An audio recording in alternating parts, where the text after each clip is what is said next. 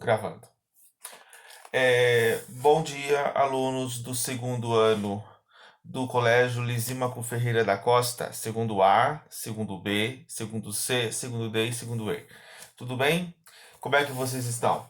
Então, hoje eu vou começar a falar para vocês, dar uma aula de revisão de todo o conteúdo que nós vimos desde o começo do ano, quando nós estávamos com aulas presenciais até agora, certo? Eu vou mostrar para vocês hoje ainda uma prova no Google Classroom, tá? Para vocês fazerem até quinta-feira da semana que vem, certo? E na segunda-feira eu vou postar já a recuperação e a prova da recuperação, tá? Para daí vocês terem tempo, né, durante o final de semana de fazer a minha prova de filosofia lá, que não é tão difícil assim, vocês sabem muito bem disso, tá? Depois, durante a semana, vocês fazem a recuperação. Porque eu tenho que fechar o trimestre de vocês até o dia 29, certo? Então, até dia 29 de maio, eu tenho que encerrar todas as notas, todas as presenças que vocês têm, tá? Para eu poder fechar o trimestre. Aí em junho, julho, agosto, nós começarmos o segundo já definitivamente, certo? Que eu vou continuar falando sobre os conceitos da ética, só que voltados mais às questões dos pensadores, né? Eu comecei o ano falando sobre o conceito de ética num sentido geral, e é o que eu vou fazer justamente agora, tá? Passar para vocês os conceitos de ética geral, tá? No sentido de como essa ética ela é permeada, digamos assim, dentro do contexto social do indivíduo, do ser humano em sociedade. Retomamos o nosso assunto, né? Lembram quando eu tinha começado o ano falando para vocês o que seria a ética? Então, ética vem do grego que significa modo de ser ou comportamento do determinado indivíduo, ou seja, são as nossas ações que nós praticamos em sociedade, né? Quando você tem uma ação em sociedade, você pode ser considerado um bom caráter, uma pessoa de bem, ou um mau caráter, tá? Então isso mostra, né, que a ética ela está voltada mais para uma questão pessoal, não para uma questão social. Já a moral é diferente.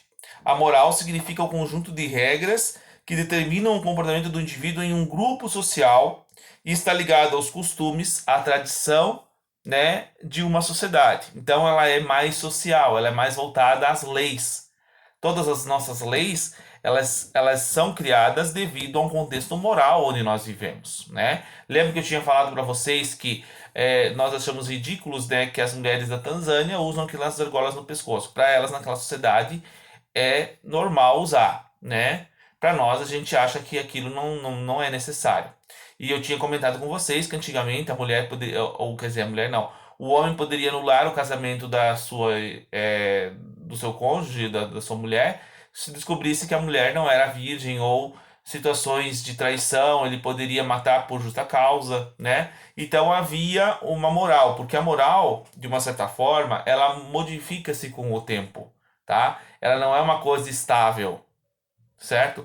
A ética já pode ser uma coisa mais estável, mas a moral não. A moral ela tem uma mudança, digamos, na maneira como as pessoas vivem em sociedade.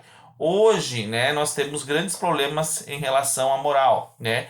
Porque a ética moral ela ficou durante muitos anos vinculados às questões de caráter religioso, né?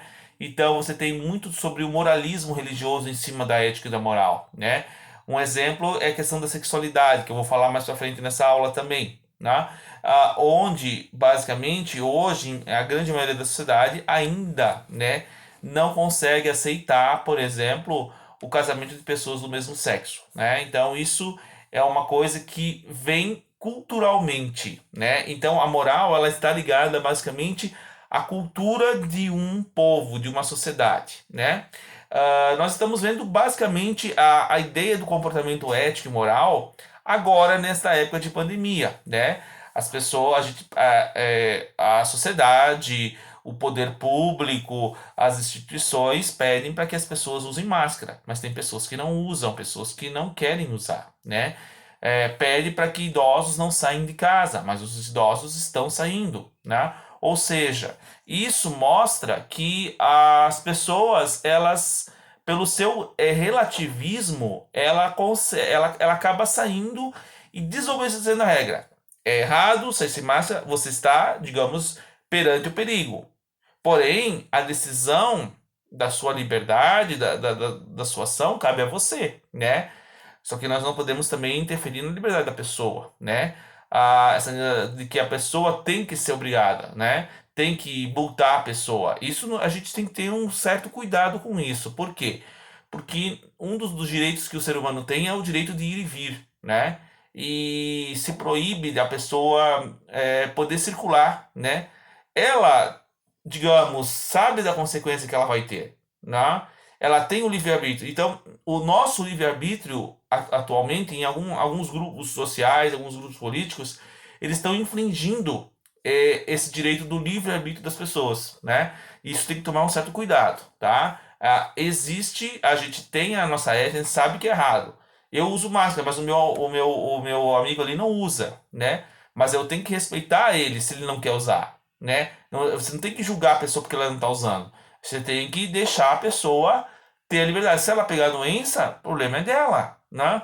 O problema cabe a cada um. Ninguém tem que impor, digamos, a lição de moral para ninguém. Ninguém tem esse poder de ficar dando lição de moral, tá? A pessoa mesmo tem que tomar consciência do que ela está fazendo, tá? E isso é um conceito ético também, certo?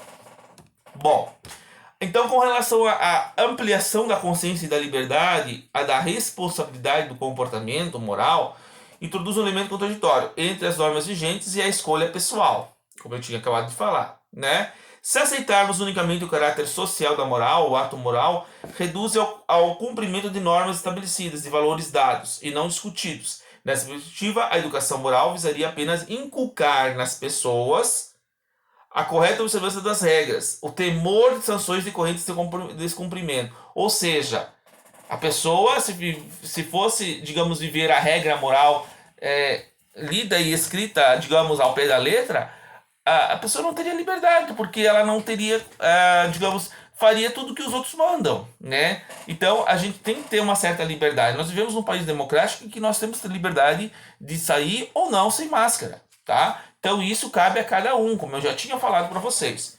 Por sua vez, aceitar como predominância a integração do indivíduo que apenas tem em vista seus próprios interesses destrói a moral. O ser humano não é um Robinson Crusoe. Robinson Crusoe é uma literatura de um personagem que se perde numa ilha deserta, né? E lá ele convive com um selvagem, digamos, que é o Sexta-feira, né?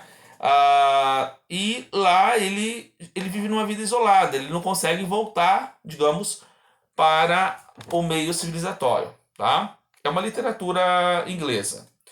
Em uma ilha deserta, mas convive com pessoas. A qualquer ato, seu compromete aqueles que o cercam.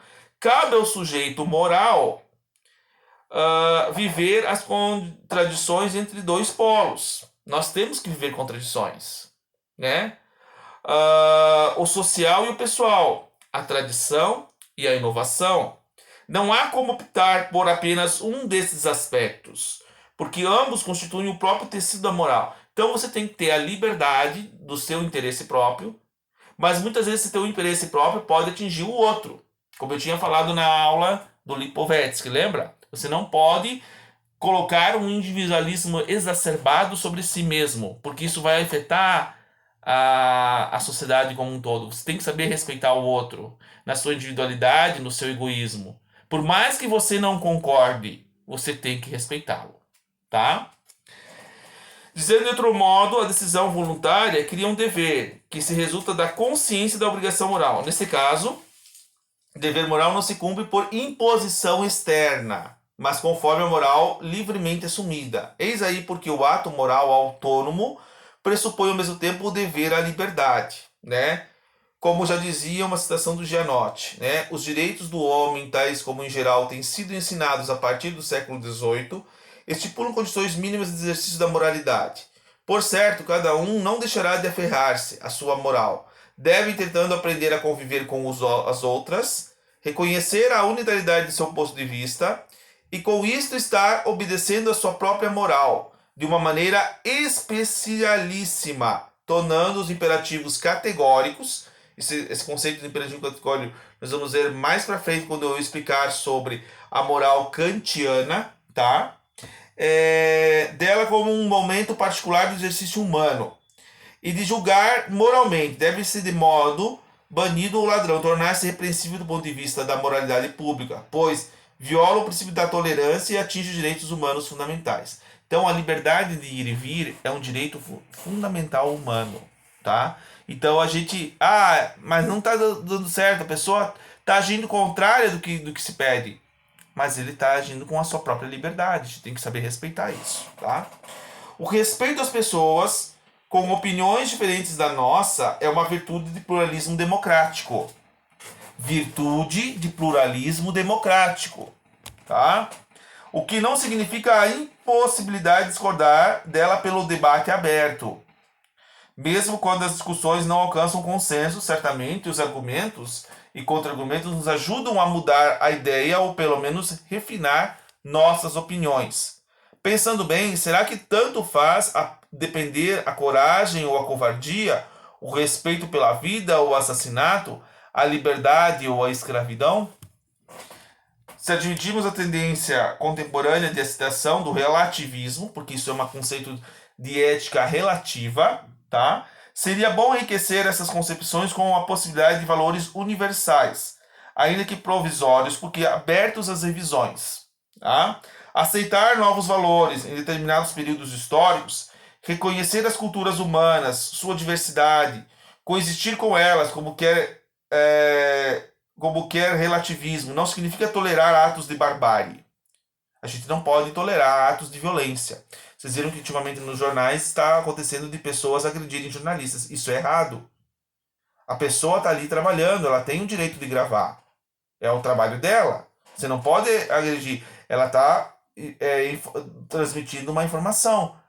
Mas a informação vai ser passada e divulgada. As informações têm que ser passadas e divulgadas. É conhecimento, né? É um trabalho,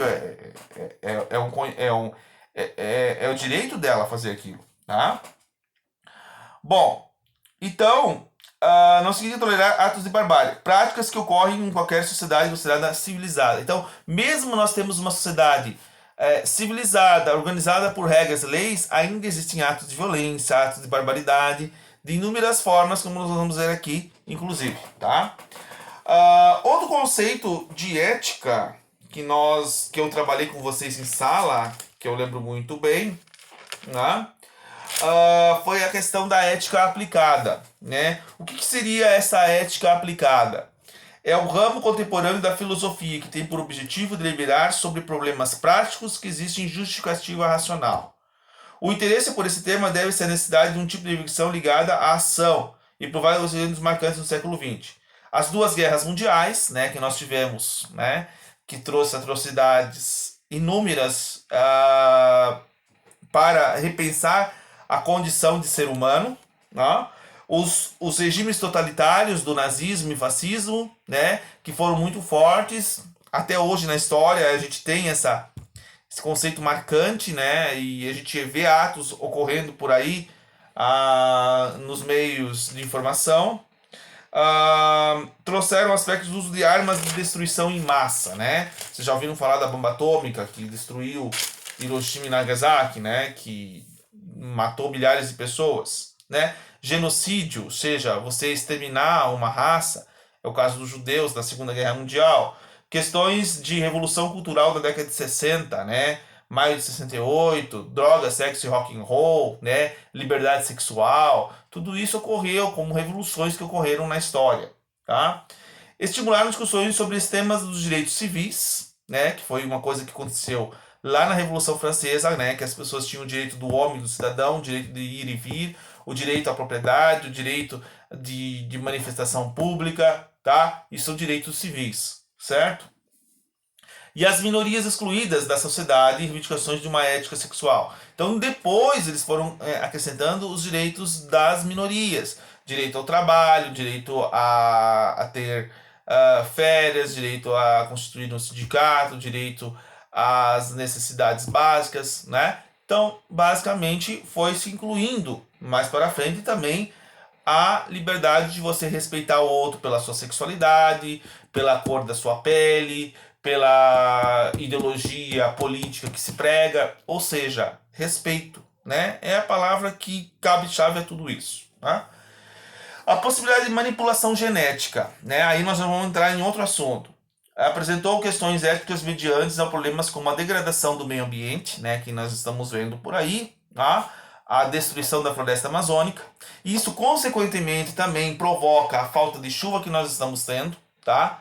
Porque eu vi uma reportagem há 5 anos atrás de que a maior parte das chuvas do Brasil vem da floresta amazônica. E se você desmatar a floresta inteira, nós não teremos mais chuva. Esse país vai virar um deserto. Então a gente tem que tomar consciência, né? Apesar da nossa crise hídrica que nós estamos tendo digamos, racionamento de água, tá? Eu estava olhando hoje aqui no bairro, que hoje eu tenho racionamento de água no meu bairro. Então hoje eu não posso lavar roupa, né? Porém, a gente tem que ter essa consciência de que as pessoas precisam, né, cuidar dos meios naturais e da natureza, porque senão vai faltar comida, vai faltar água e também nós não vamos mais nem conseguir sair sem máscara, né? Porque nem a máscara vai ajudar mais devido à proliferação de doenças que vai surgir com relação a isso, tá? A pobreza, a injustiça social, né? Que ainda existem, né? Que eu acho que não deveria existir mais isso, né?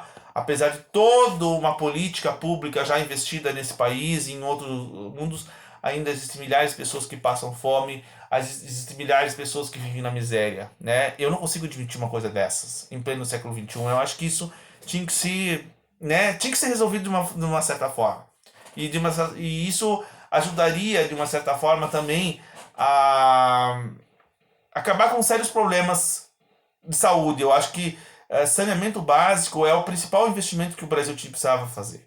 Que eu acho que, de certa forma, boa parte das doenças acabaria, né? E aí poderia diminuir os problemas, né, nas unidades de saúde aí para ter pessoas para ser tratadas adequadamente, né? A exploração do trabalho, né? Você vê casos ainda hoje de pessoas vivendo em regime de escravidão, né? São poucos, mas ainda existe, tá? E também estimular o debate público e as polêmicas entre conservadores e radicais. Então você tem aquelas pessoas que têm aquele pensamento antigo, né, de que as coisas têm que ser assim, assim, assim, e pessoas que acham que precisa de uma certa inovação, de uma certa mudança das coisas, que as coisas não são mais assim, né? Você vê conflitos isso dentro da própria família, né? Que pessoas mais antigas da família acham que tem que se voltar na época, da época quando eles eram mais jovens. Mas hoje a sociedade mudou, então a gente tem que pensar, né? Como que a gente pode viver uma vida de uma certa forma digna, né? Dentro de uma mudança que está ocorrendo, né? E depois dessa doença, com certeza, o comportamento cultural da sociedade vai mudar um pouco também, né?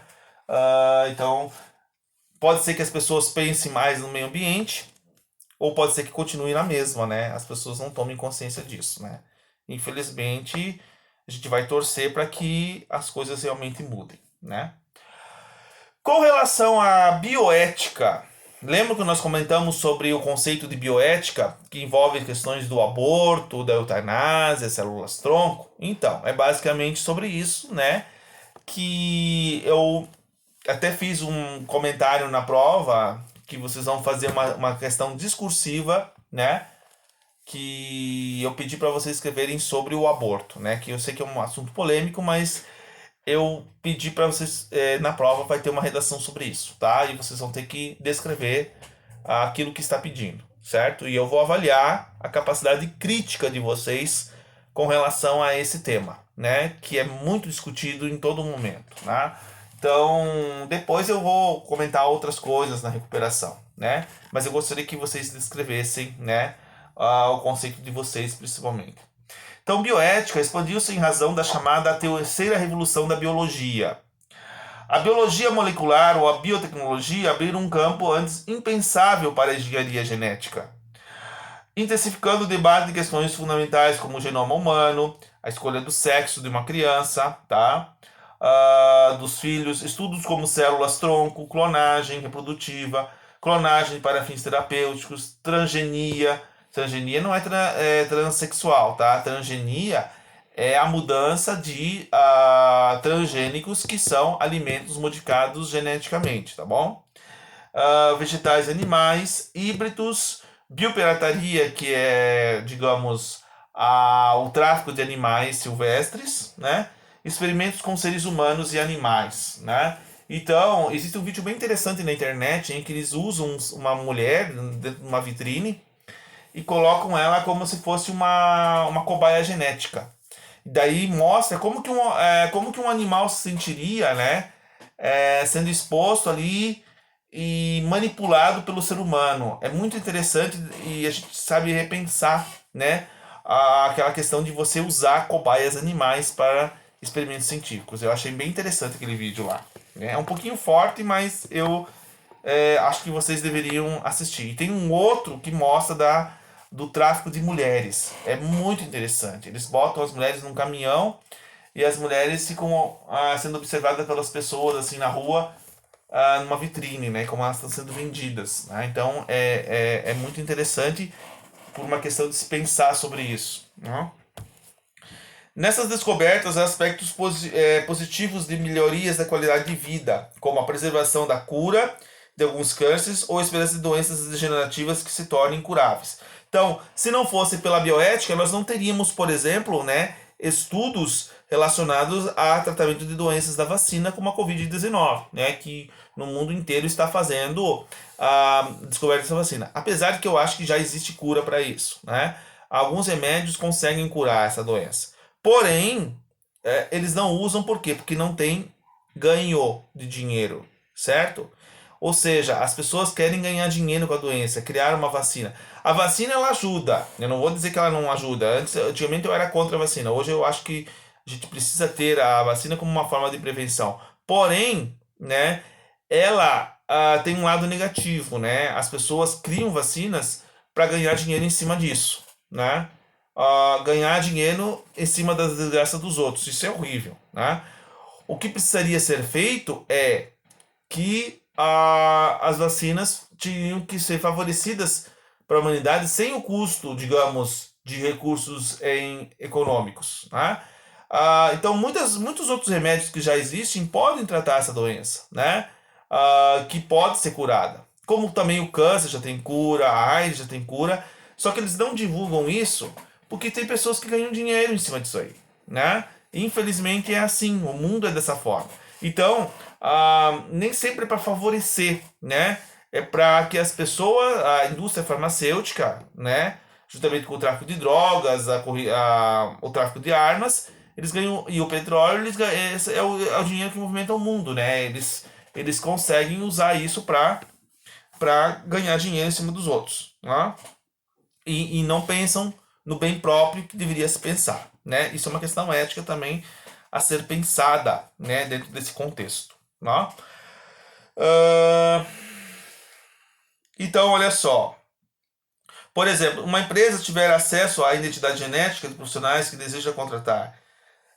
Ou seja, cada vez mais vai se avançando, né, as descobertas na medicina, na genética e nos estudos clínicos que estão sendo feitos. Tá? Com relação à sexualidade, tá?